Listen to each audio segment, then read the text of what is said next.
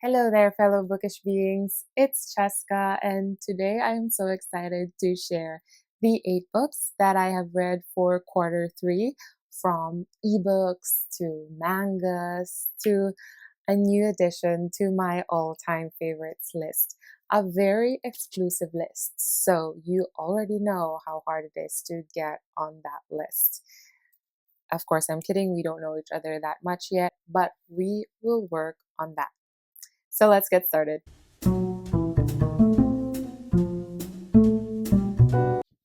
Before anything else, I would like to introduce my co host for the day, Little Bear. I'm kidding. He's just there for moral support. Yep. So the first 3 books that I have read are in their ebook forms, and to my own surprise, I kind of preferred them that way, just because I guess it was easier for me to read them in bed or while I was traveling.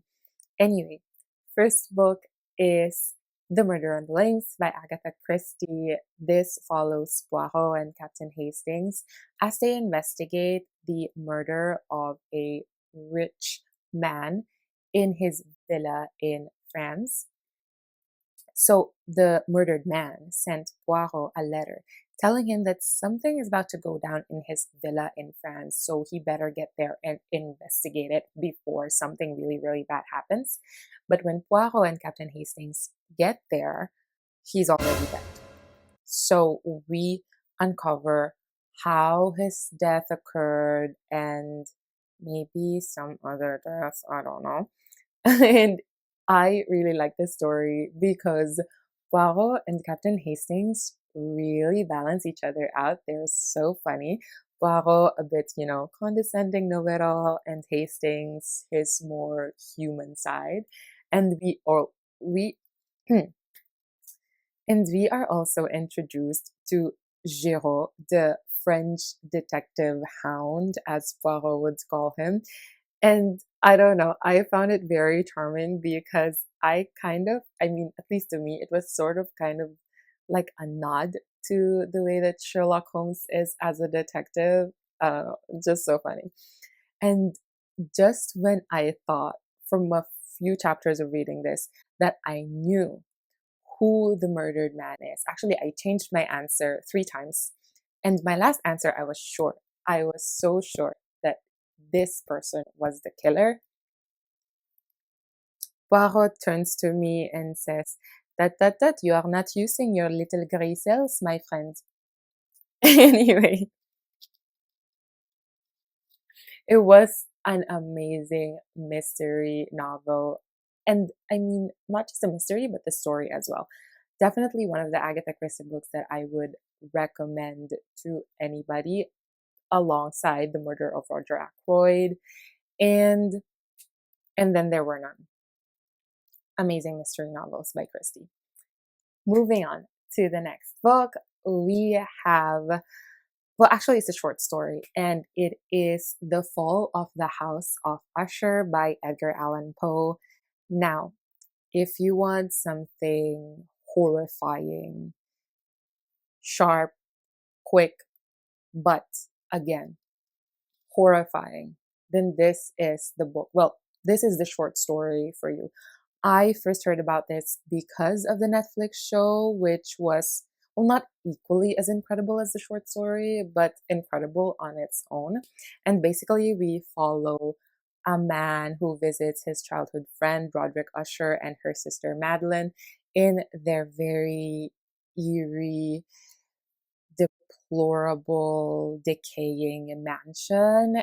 And the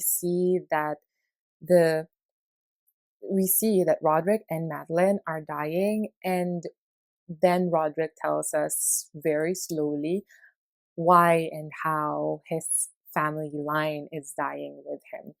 And we literally and metaphorically see the fall of the House of Usher. It was absolutely incredible. It's short, it's only 26 pages. I wanted more. I wish it were a whole entire book. Unfortunately, it's not. But maybe that also made the book even more tantalizingly horrific and gothic. I don't know. Let me know if you've read this book and what was your reading experience. To me, I definitely was scared reading this book at night under my covers. I felt shadows playing all around me. Anyway, wonderful, wonderful short story. And the last ebook version that I've read is Charles Dickens' Oliver Twist. Honestly, I felt like I should have read this book in the physical form just because maybe then I would have a better reading experience because this book is longer and it's harder to read. Anyways, we follow Oliver, an orphan who suffers at the hands of cruel adults, and his eventual journey in finding family, friendship, love, and peace. I thought the story was great. I mean, we have the journey of Oliver throughout his hardships. We see him fight and really be a hero in the making. And of course, the social commentary on poverty and class is still as relevant today as it was back then. But what really shone for me was Nancy. I loved Nancy's character. It was, to me, I think, a more complicated sort of character development than all the other women in the story. But we only have 3 or 4 if you count the housekeeper. But anyways, Nancy's story just broke my heart. She lived in the world of Fagin. Basically, she lived in the world of crime and poverty, but she still fought for Oliver until the very end. And I don't know, it was, to me, she should have been one of the central characters. And I wanted to have seen more of Nancy in the book. But anyway, I consider it a personal achievement of mine, finishing Oliver Twist, just because it's a classic that is hard to read. Well, at least for me, it was hard to read, but I pushed through it and I finished it. And I am so excited to get on to my next Dickens book. And let me know if I should read David Copperfield, The Pickwick Papers, or Great Expectations. I am leaning towards David Copperfield because I've also already watched the movie and I thought it would be interesting. Anyway, let me know in the comments down below. Moving on to the physical books, the first one that I want to talk about is Life of Pi by Jan Martel. This is a story about Pi Patel, this boy, and his survival across the Pacific with a Bengal tiger, Richard Parker. So the third of the book was actually quite slow, philosophical, a bit preachy even. But then as the ship sank, I could not put it down. It became this very raw, very fast paced story about how they both would survive. And if you haven't seen the movie, please do. If you have no time to read the book, please see the movie. It's incredible. It's still one of my most favorite movies of all time. And this book isn't just about survival, it's really about faith and truth in a way. It will make you question your faith, or it will make you question why you have no faith. It's incredible. I can't put it into words, but it's really an extraordinary story of hope, really the endurance of human beings. Honestly, I thought this was not fiction because of how the story of the survival was written. I thought it was an actual autobiography. It just made me cry saying goodbye to this book because although Richard Parker is not the pet that you would want to have, he is sort of the pet that I want to have. Anyway, really a must read, incredible book. And so the next book that we have is The Great Adversary by Agatha Christie. I picked this up because I wanted to read more Agatha Christie because of the Murder on the Links, not realizing that Poirot would not be here. Anyway, this is the first book where Tommy and Tuppence were introduced, best friends who were unemployed, and so they thought, why don't we advertise in the papers that we would basically do anything like detective work for money? And so they were hired to find Jane Finn, the girl who was given some sort of big state secret. And then we were introduced as well to Mr. Brown, who is basically the guy who wanted to take down the UK government. And so we see who finds Jane Finn first. Honestly, the story was a bit too fantastical for me, for amateur sleuths to handle. I think I'd appreciate the story more if Poirot was here. Tommy and Tuppence sort of, I don't know, their detective work was sloppy. I think most of it was be most of their success was based on luck or because of the help of other characters in the story. I didn't like it as much. I don't know. Maybe I don't know. I guess I had also biased expectations because I was expecting Poirot to be here, but he wasn't. So let me know if I should try reading another Tommy and Tuppence adventure by Agatha Christie. Next book is a book that I have forgotten in the Philippines, and that is The Kite Runner by Khaled Hosseini. This book was recommended to me by a friend from Dubai, and I will listen to all of her recommendations because this was such a fantastic book. We follow Amir and Hassan. So Amir is this privileged kid who grows up with Hassan, his best friend, but also his servant in 1970s Afghanistan. And we sort of see how their relationship sort of get complicated because of the class differences and also the war breaking out.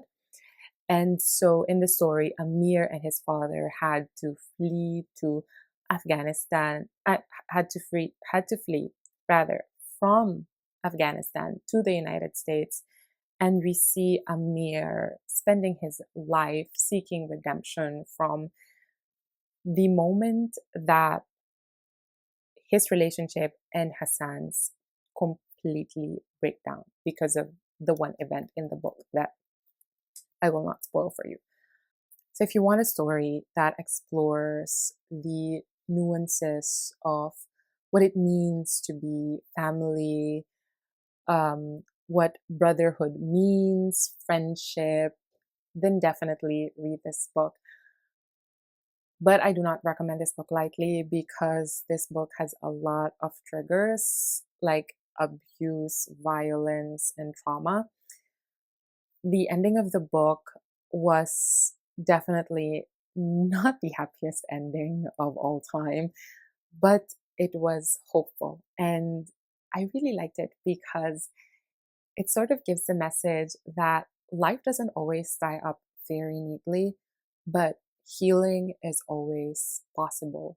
There's always hope for healing. The second to the last book is Card Captor. Oh, wait. Is Card Captor Sakura. I am so excited to tell you about this manga. I just found it randomly in the bookstore because I want to read more French books.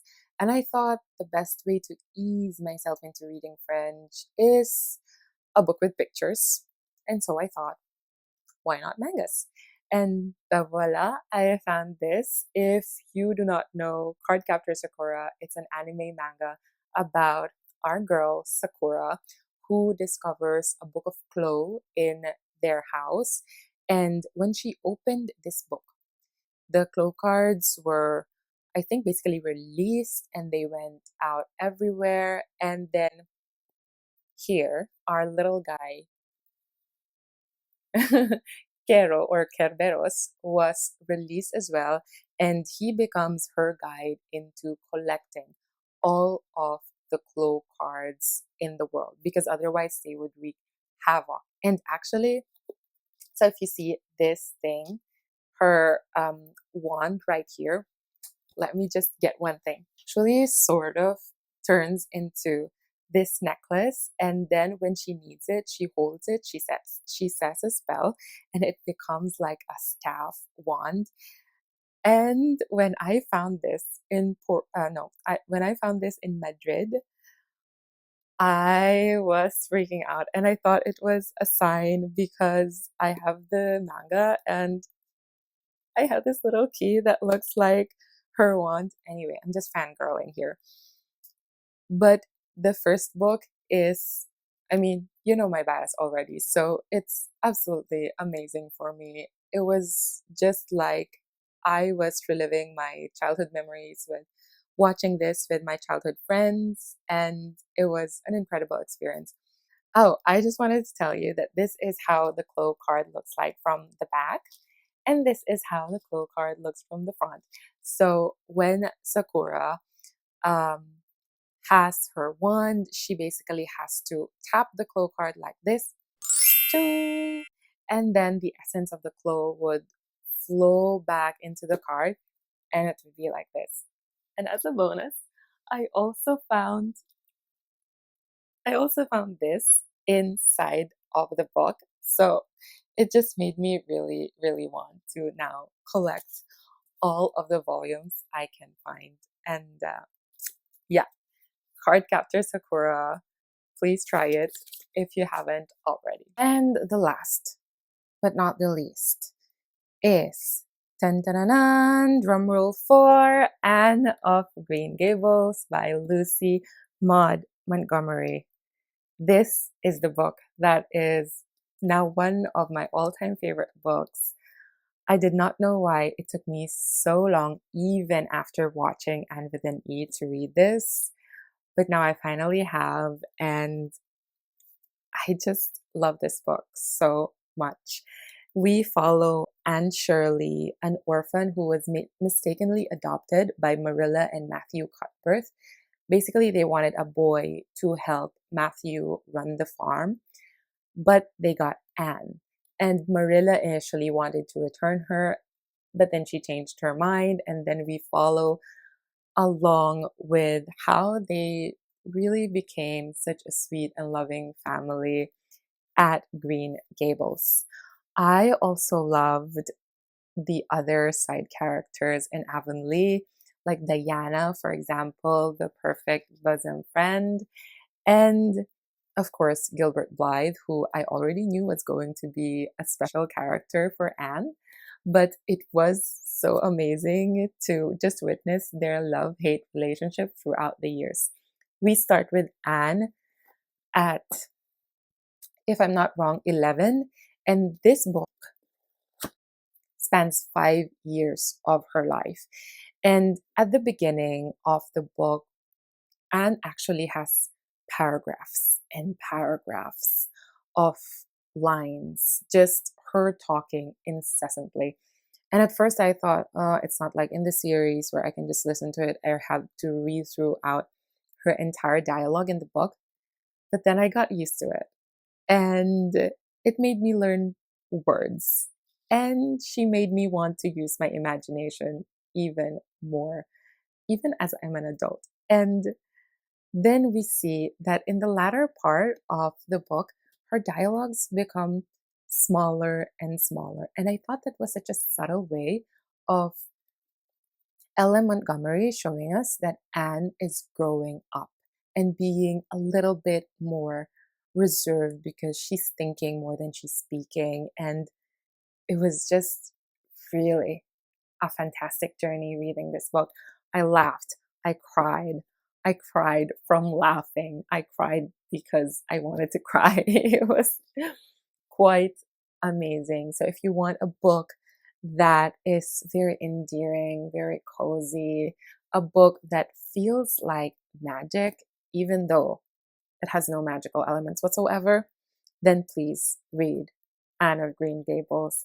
I myself cannot wait to read the next three books in the series and discover more of Anne's world. I guess I'll see you in Avonlea. And that brings us to the end of my quarter 3 book review. Let me know in the comments down below which of these books you've read or which of these books you're interested in, or if you have any recommendations for me. I would love to read them and, you know, get to know your reading preferences better. I hope as well that you can subscribe to my channel so we can be voracious readers together. I'll see you in the next book.